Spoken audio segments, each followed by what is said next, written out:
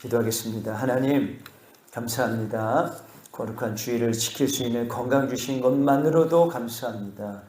거기에 우리가 예수 그리스도가 나의 구원자, 내 죄로 인하여 십자가에 죽으셨음을 우리가 믿을 수 있는 그 믿음을 주신 것 너무 감사합니다. 이 땅에서 살지만 천국의 소망을 두게 하시니 감사합니다. 오늘도 하나님 우리에게 주시는 이 말씀을 통하여서 세상에서 빛과 소금의 삶을 살아가게 하여 주시고, 하나님 우리에게 주신 말씀을 통하여서 그 나라가 밝게 보여지는 시간이 되게 하여 주옵소서. 작은 믿음, 흔들리는 믿음, 연약한 믿음이지만 하나님 견고하게 세워 주시옵소서. 듣는 자와 전하는 자가 하나 되게 하여 주시고 오직 십자가만 증거하는 시간 되게 하옵소서. 예수님 이름으로 기도했습니다. 아멘. 우리 옆 사람과 인사하겠습니다. 잘 오셨습니다. 네, 감사합니다.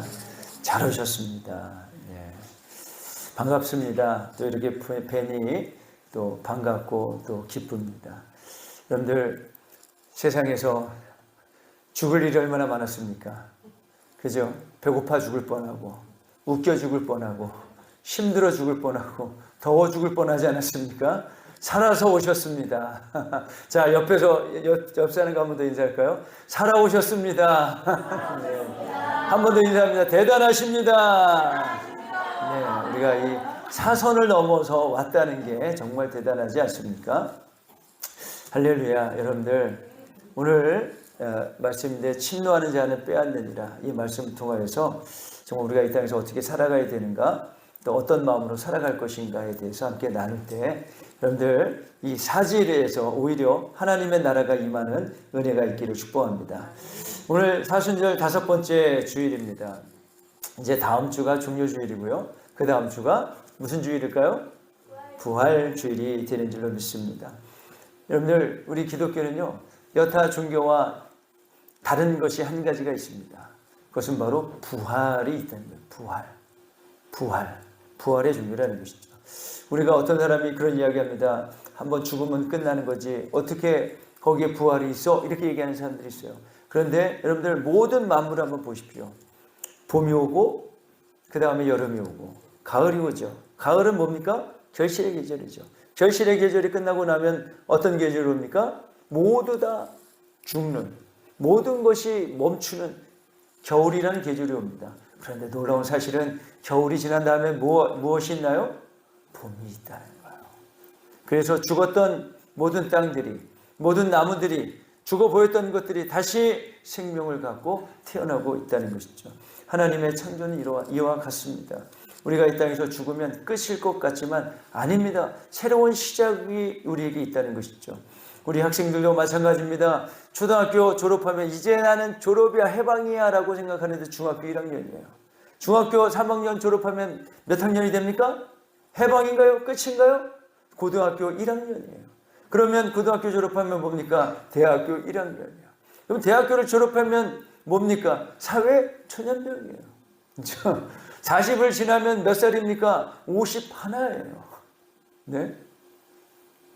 우리는 그 당시만 해도 40대, 50대, 60대만 해도 70, 80대 되신 분들은 나이가 참 많다 생각하는데 지금 그 나이 오니까 많은 것 같습니까? 아직도 한참인 것 같죠? 안 그렇습니까? 그죠? 예, 그렇습니다. 자, 우리는 절대 늙지 않습니다. 죽은 것 같지만 다시 소생하는 생명이 우리 안에 있다는 것이죠. 하나님은 우리에게 이와 같은 부활의 은혜를 우리에게 주신 줄로 믿습니다. 이 땅에서 죽음은 끝이 아니라 새로운 나라에서 시작인 것을 믿으시기를 축복합니다.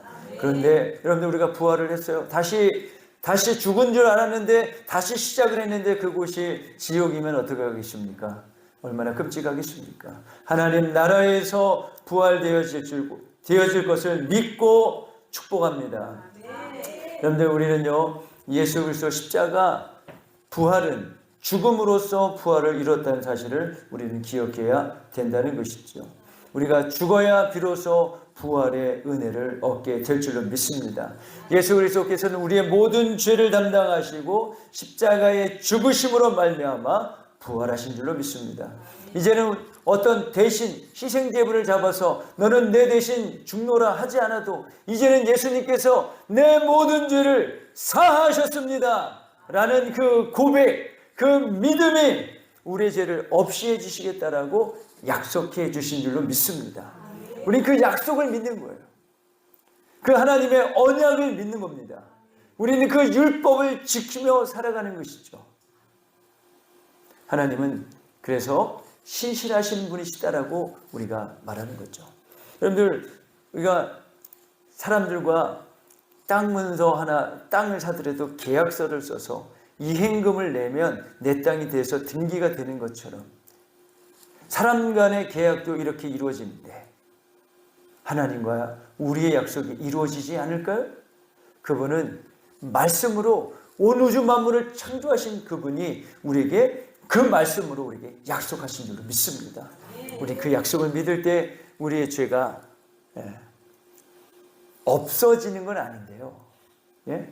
죄가 있었는데 갑자기 내가 뭐 온전히 죄인이 아니고 이제는 거룩해지는 사람이 아니라 너는 의인이다라고 칭해 주셨다는 거예요. 의인이다. 그렇게 칭해 주셨다는 거예요. 여전히 우리는 죄인이지만, 여전히 우리는 죄 가운데 있지만 예수 그리스도를 믿는 이들에게 하나님의 자녀요, 하나님의 백성이라고 칭해 주신다는 것이죠. 그런 은혜가 우리에게 베풀어 주신 줄로 믿습니다. 여러분들, 예수 그리스도 십자가 그 아래에 늘 예수님, 나는 죄인일 수밖에 없습니다. 주님, 나를 용서하시고 내 안에 오셔서 나를 다스려 주시고 바른 길 가게 하옵소서 하고 주님을 초청하시기를 예수님 이름으로 축복합니다. 자, 오늘 심노하는 자는 빼앗느니라, 이 말씀은 세례 요한에 대해서 이야기하시다가 나오는 말씀이죠. 예수님께서는 여러 사람들, 특별히 정말 사랑하는 사람들을 특별히 여기는 장면들이 많이 나오지만 세례 요한에 대해서는 더 많은 부분들을 할애하시면서 기록하고 있는 것을 우리가 볼 수가 있죠. 아마도 세례 요한이 이룬 중대한 업적과 또한 중요성 때문에 그를 높여주고 계시지 않나, 그런 생각을 잠시 해봅니다.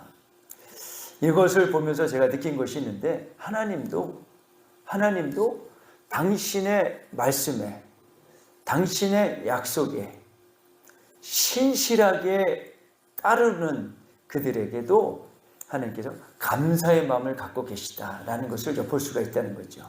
우리 하나님은 전능하신 분이고 완전한 하나님이시니까 너희들이 헌신하는 게 당연한 거야, 너희들이 나를 예배하는 게 당연한 거야 라고 여기지 아니하시고 오히려 그 일을 감사히 여긴다는 것을 엿볼 수가 있다는 것이죠.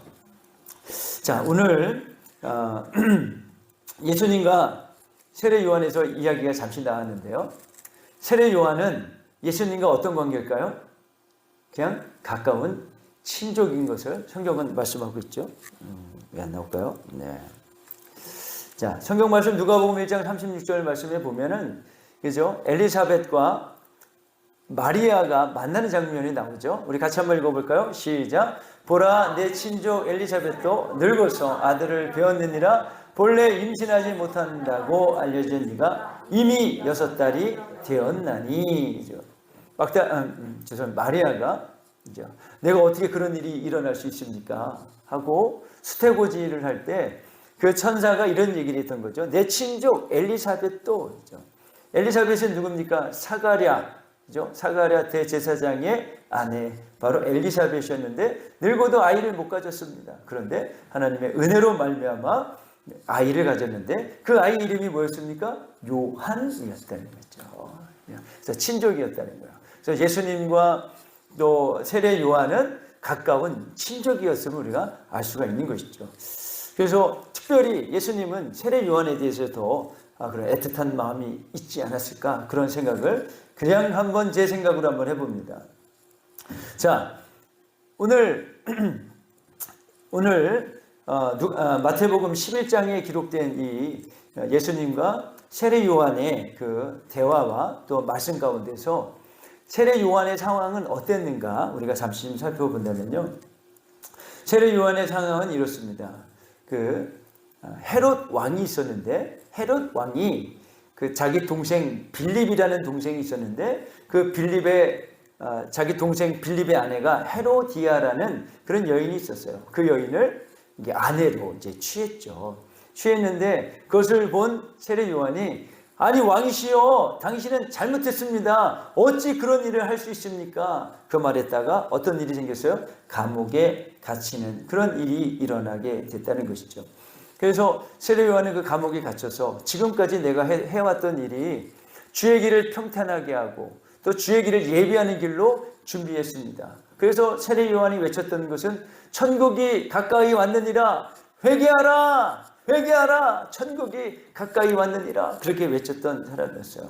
그래서 주님께서 오셔서 나는 물로 세례 주지만 그분이 오셔서 불로 세례를 주실 것이다 하고 주의 길을 예비했던 사람입니다. 그랬던 그 세례 요한이 옥에 갇히게 됐어요. 옥에 갇히고 나니까 여러 가지 마음이 들었던 것 같습니다. 어떤 마음이 들었을까요? 정말 저분이 메시아일까? 정말 저분이 우리의 구원자일까? 하는 그런 미혹된 마음이 들었습니다. 그래서 어떤 일을 했나요? 제자들을 보냈어요. 당신이 이제 이 세상을 구원하실 구원자가 맞습니까? 하고 제자들을 보냈습니다. 그래서 주님이 그렇게 물어온 그에게 뭐라고 말씀하시냐면 이렇게 이야기를 하죠. 마태복음 11장 6절 말씀인데 같이 한번 읽겠습니다. 시작. 누구든지 나로 말미암아 실족하지 아니한 자는 복이 있도다 하시니라. 아멘. 여러분들, 예수가 그리스도 된 것을 우리는 믿습니다. 할렐루야. 더 믿으시기를 축복합니다. 그런데 때로는 세례 요한과 같이 어려운 일을 만나거나 어떤 고난을 당하게 되어지면 우리 마음도 미혹하게 된다는 거죠. 여러분들, 세례 요한이 어떤 사람입니까? 하나님의 나라를 전파했던 사람이에요. 하나님의 나라가 가까이 왔다고 전했던 사람인데, 세례 요한도 옥에 갇히다 보니까 1년이 넘게 갇히다 보니까 여러 가지 마음에 두려움과 걱정과 미혹이 있었던 거죠. 그때 주님이 세례 요한의 이야기를 듣고 계셨고 알고 계셨습니다. 그리고 세례 요한의 제자들이 묻는 대답에 정말 따뜻한 마음으로 이렇게 이야기를 해주셨던 거예요. 뭐라고 말했습니까? 누구든지 나로 말미암아 실족하지 아니하는 자는 복이 있도다 하셨다는 거죠. 여러분들, 우리가 이 땅을 살아가는데 여러 가지 고민과 갈등이 얼마나 많습니까? 지치고 힘든 일들 많이 있죠. 그러나 여러분들, 예수 그리스도 그 이름 끝까지 붙들기를 예수님 이름으로 축복합니다. 흔들리지 않기를 예수님 이름으로 축복합니다. 자, 오늘 읽었던 말씀 중에 우리 11절 말씀 같이 한번 읽어볼까요? 마태복음 11장 11절 같이 한번 읽습니다. 시작. 내가 진실로 너에게 말하노니 여자가 낳은 자 중에 세례 요한보다 큰 이가 일어남이 없도다. 그러나 천국에서는 극히 작은 자라도 그보다 크니라. 자, 우리 뒤에 거는 좀 빼고요. 예수님께서 이 세례 요한을 응원하고 계시지 않나 이렇게 생각합니다. 주의 길을 예비했던 그를 향하여서 어떻게 해요? 옥에 갇혔던 그를 위해서 응원하고 있는 거죠. 뭐라고 말씀합니까? 세례 요한보다 큰 이가 일어남이 없도다. 그렇게 그를 응원하고 있다는 것이죠. 자, 그러면 왜 세례 요한보다 더 큰 자가 일어남이 없다라고 얘기했을까? 그 이유 중에 하나는 아마도 12절 말씀도 한번 같이 읽어볼까요? 마태복음 11장 12절 시작. 세례 요한의 때부터 지금까지 천국은 침노를 당하나니 침노하는 자는 빼앗느니라. 아멘. 그 이유가 뭐냐? 세례 요한 때부터 천국이 침노당하기 시작했기 때문이다 하는 것이죠. 자, 세례 요한의 외침이 뭐였습니까? 회개하라, 천국이 가까이 왔느니라. 천국을 준비하는 그 일을 했다는 것이죠. 그래서 천국을 노력질하기 위한 사람이 되었다는 것이죠. 사랑하는 우리 저함께 성도님, 제가 이 시간 잠시 간곡히 부탁드리는 것은 하나님의 나라가 반드시 있다. 그 나라가 반드시 우리를 위해서 준비되었다. 주님이 제자들과 최후의 만찬에서 할 일 다 하시고 보낼 사람 다 보내시고 그리고 제자들에게 하셨던 그 말씀이 뭐죠? 걱정하지 말아라. 내가 떠나는 것은 너희를 위해서 처소를 어떻게 해요? 예비하러 간다는 것이죠. 여러분들, 예비한다는 것보다 더 좋은 게 어디 있겠습니까? 여러분들 위해서 점심이 예비된 줄로 믿습니다. 네. 자, 여러분들 위해서 차가 준비되어 있습니다. 여러분들 위해서 모든 것이 준비되어 있다. 무엇이 두렵겠습니까? 어디 간들 두렵겠습니까? 여러분들 위해서 일할 곳이 예비된 줄로 믿습니다. 무엇이? 여러분들 노령연금이 예비된 줄로 믿습니다. 다음 달이 두렵습니까? 그냥 예비되었다는 것은 너무나 중요하다는 것이죠. 하나님의 나라가 우리들 가운데 예비된 줄로 믿습니다. 그래서 세례 요한을 향하여서 주님이 계속해서 그를 축복하고 그에 대한 존경심과 감사의 마음을 전하면서 오늘 이 말씀을 전하고 있는 거죠. 자, 어떤 말씀입니까? 침노하는 자는 빼앗느니라. 옥에 갇혀 있지만 침노하는 자는 빼앗느니라. 오늘 이 사순절 5번째 주에 여러분들과 함께 나누고 싶은 말씀, 요한에게 하시는 그 말씀을 여러분들에게 전하면서 함께 은혜를 나누기를 원합니다. 우리 한번 따라하겠습니다. 침노하는 자는 빼앗느니라. 아멘. 우리가 어떤 역경과 고난 가운데에서도 침노하는 자가 되어지기를 예수님 이름으로 축복합니다. 세 가지를 나눌 텐데 첫 번째는 침노하는 자는 빼앗는다는 것이죠. 오늘 읽었던 말씀인데 11장 12절 같이 한번 읽습니다. 시작. 세례 요한 때부터 지금까지 천국은 침노를 당하나니 침노하는 자는 빼앗느니라. 아멘. 여러분들, 침노가 무슨 뜻입니까? 침략하고 노력질한다는 뜻입니다. 아니 무슨 천국을 침략하고 어떻게 노력질을 어떻게 합니까? 그죠? 그만큼 하나님의 나라를 쟁취해야 된다는 것이죠. 여러분들, 가만히 있어서 천국을 얻을 수가 있는 것이 아닙니다. 천국은요, 침략질하고 노력질해야지만이 얻을 수 있다는 것이죠. 자, 우리의 싸움은 어떤 싸움입니까?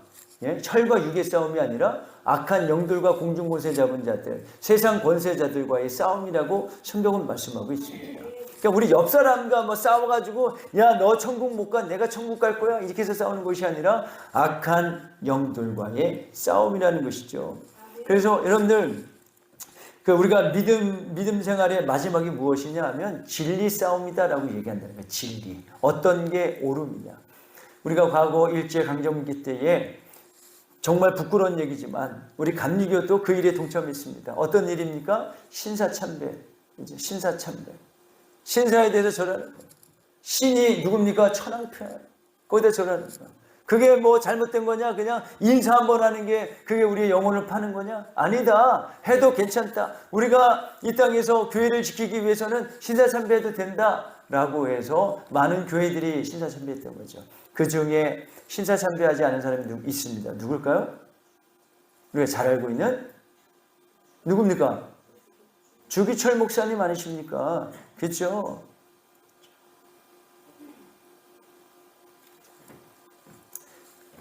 우리의 마지막 싸움은 악한 영들과 세상 권세자들과의 싸움입니다. 우리가 한동안 코로나 때문에 나라에서 예배드리지 말라고 막 했잖아요.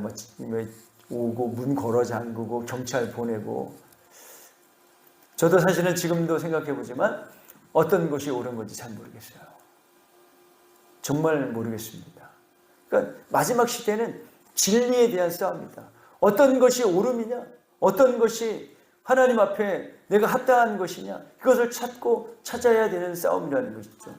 사랑하는 우리 저와 함께 성도님, 그렇게 우리는 하나님의 나라는 침노하고 빼앗는 겁니다. 가만히 있으면은 사람들이 야, 이거 하면 안 돼. 왜 남한테 피해를 줘? 이거 하지 말래잖아. 그런 말들에 우리는 현혹돼서 예배도 못하고 교회도 못 나가고 예수라는 말도 꺼내지도 못하고 이제는 양성평등이 아니라 성평등이라 그래요. 왜냐하면 어떻게 성이 남자 여자만 있냐는 거예요. 그러면 뭐가 있어요? 50여 가지가 있습니다. 세상에. 처음 듣는 얘기이세요? 성이 50여 가지가 된답니다. 참 기가 막힐 노릇 아닙니까? 세상은 점점 우리 신앙을 버리게끔 그런 거짓된 진리로 우리에게 속삭이고 있다는 거죠. 여러분들, 마지막 때에는 진리 싸움이라는 거예요. 무엇을 옳다고 여길 것이냐, 무엇이 나의 참 하나님이냐, 이것을 결정할 때가 온다는 것이죠. 그때 여러분들 다 버리고 다 혼동되어도 오직 예수님만이 나의 구주요 나의 하나님인 것을 고백할 수 있길 예수님 이름으로 축복합니다. 자, 그래서 제자들이 누굽니까? 세례 요한의 제자들이 예수님께 물었어요. 그래서 당신이 오실 메시아가 맞습니까? 하고 물으니까 예수님께서 이렇게 너무나 자세하게 대답을 해주시죠. 5절 말씀 같이 한번 읽습니다. 시작. 맹인이 보며 못 걷는 사람이 걸으며 나병 환자가 깨끗함을 받으며 못 듣는 자가 들으며 죽은 자가 살아나며 가난한 자에게 복음이 전파된다 하라. 그죠? 네. 흔들리고 미혹받고 있는 그 세례 요한을 향하여서 진리에 대한 말씀을 전하는 거예요. 이 11장 5절의 말씀은 그냥 이야기한 게 아니에요. 야, 내가 병도 고치잖아. 가난한 자가 복음을 듣잖아. 그러니까 내가 메시아잖아 라고 한 것이 아니에요. 근거가 있다는 거죠. 근거가 어디 있습니까? 61장 1절 이사야가 그 메시아가 와서 할 일, 그 메시아가 오면 되어질 일들에 대해서 이미 예언된 일을 예수님께서 내가 메시아다라고 말씀해 주셨다는 거죠. 자, 이사야서 61장 1절 같이 읽습니다. 시작. 주 여호와의 영이 내게 내리셨으니 이는 여호와께서 내게 기름을 부으사 어떻게 해요? 가난한 자에게 아름다운 소식을 전하게 하려 하십니다. 나를 보내사 마음이 상한 자를 고치며 포로된 자에게 자유를, 갇힌 자에게 노임을 선포하며 이미 이사야에게 주신 메시아에 대한 말씀을 내가 메시아인 것을 인용해서 말씀하고 있다는 것이죠. 이 말씀을 통해서 예수님이 누구라는 겁니까? 메시아라는, 구원자라는 거예요.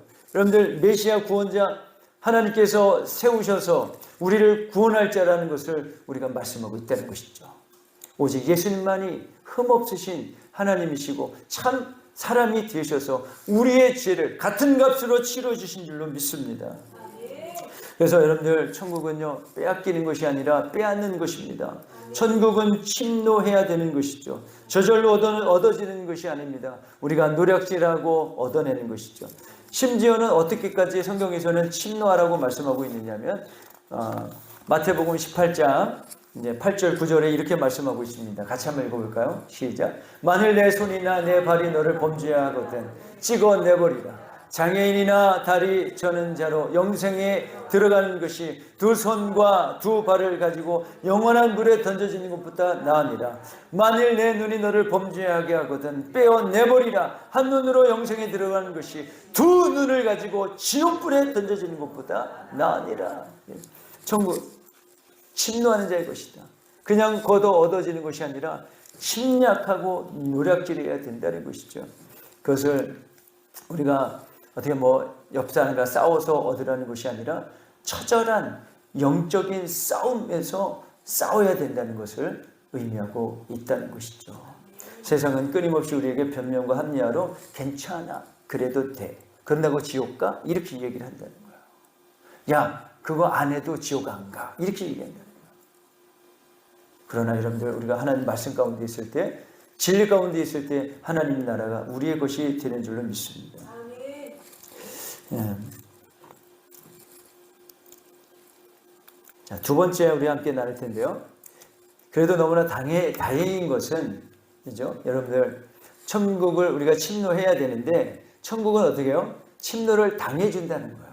끝까지 우리가 싸우는데, 못 들어와, 너 들어오면 안 돼, 막 이렇게 싸우지 않고 당해준다는 것이죠. 우리 성경 말씀 읽어볼까요? 11장 12절 시작. 세례 요한의 때부터 지금까지 천국은 침노를 당하나니 침노하는 자는 빼앗느니라. 침노 당해준다는 거예요.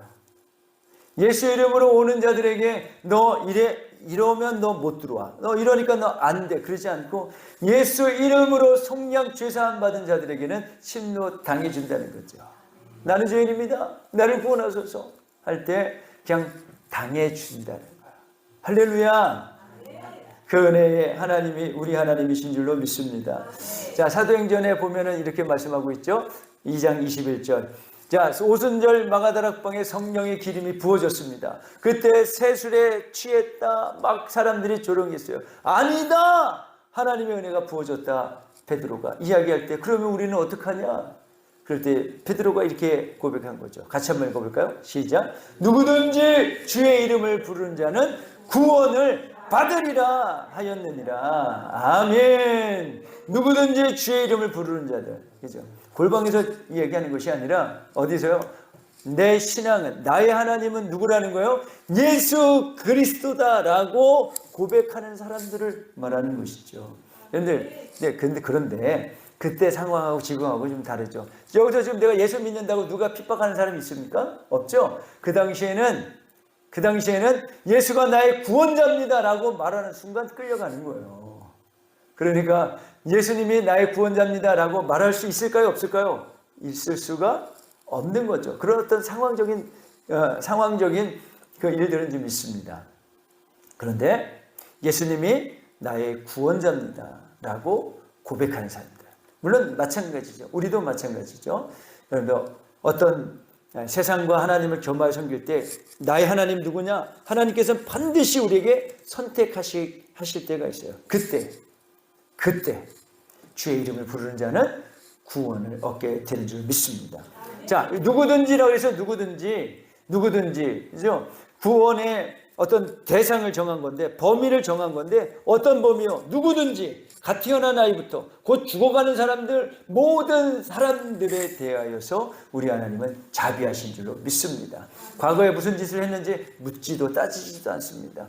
누구든지 주의 이름을 부르는 자들, 그의 이름을 믿고 따르는 자들, 그분의 약속과 언약을 믿고 따르는 자들에게 하나님의 나라가 주어진 줄로 믿습니다. 그래서 마태복음 22장 2절 말씀을 같이 한번 읽어볼까요? 시작. 천국은 마치 자기 아들을 위하여 혼인잔치를 베푼 어떤 인부가 같으니 누구든지 오시오 침노를 당해준다는 거예요. 할렐루야. 이 사랑의 하나님, 이 은혜의 하나님, 우리 인생은 반드시 70이요 80인 인생이 끝나고 나면 반드시 영적인 세계가 열리는데, 그 영적인 세계를 준비하는 저와 여러분들이 되시길 축복합니다. 예수 이름, 그 이름이면 충분합니다. 근데 나는 이래서 교회 못 나가요. 여러분들, 그렇기 때문에 교회 나오시고, 그렇기 때문에 하나님의 은혜를 잊고 여러분들이 죄라고 여겼던 것들이 끊어지기를 위해서 기도하시기를 부탁을 드립니다. 자, 마지막으로, 자, 침노를 당하는 자는 빼앗느니라, 이 말씀으로 여러분들 세 번째 말씀드리는데요. 같이 한번 읽어볼까요? 시작. 세상은 침노하는 자의 것이다. 아멘. 세상을 침노하는 자는 세상을 얻게 될 줄로 믿습니다. 약간 말이 좀 이상한데, 세상을 얻었어요? 네. 세상을 침노하는 자의 것이다, 이거죠. 자, 우리가 오늘 12절 말씀인데 한 번 더 읽어볼까요? 시작. 세례 요한의 때부터 지금까지 천국은 침노를 당하느니 침노하는 자는 빼앗는다. 자, 이 천국을 좀 뺏어서요, 우리가 어디에 살고 있습니까? 이 땅에서 살고 있죠. 이 땅에서 어떻게 해요? 세상을 침노해서 어떻게 해요? 하나님의 나라를 만들어야 된다는 그런 뜻으로 제가 이 말씀을 전하는 것이죠. 여러분들, 세상 그냥 호락호락하지 않습니다. 침략하고 노략질해서 세상을 정복하는 저와 여러분들이 될 수 있게 축복합니다. 그래서 어떻게 해요? 하나님의 나라를 만드는, 여러분들이 거하는 그곳은 하나님의 나라가 되어지기를 예수님 이름으로 축복합니다. 어떤 사람이 그 지역을 다스리면 그냥 세금을 걷느라고 그냥 노략질하는 그런 관리가 있는 반면에, 어떤 관리가 오면은 그냥 장려해주고 도와주고 농사 잘 짓게 해주는 그런 관리가 있지 않습니까? 여러분들이 머무는 곳이 그런 천국이 되어질 수 있기를 예수님 이름으로 축복합니다. 자, 그러면은 누가 세상을 침노하느냐 이거죠.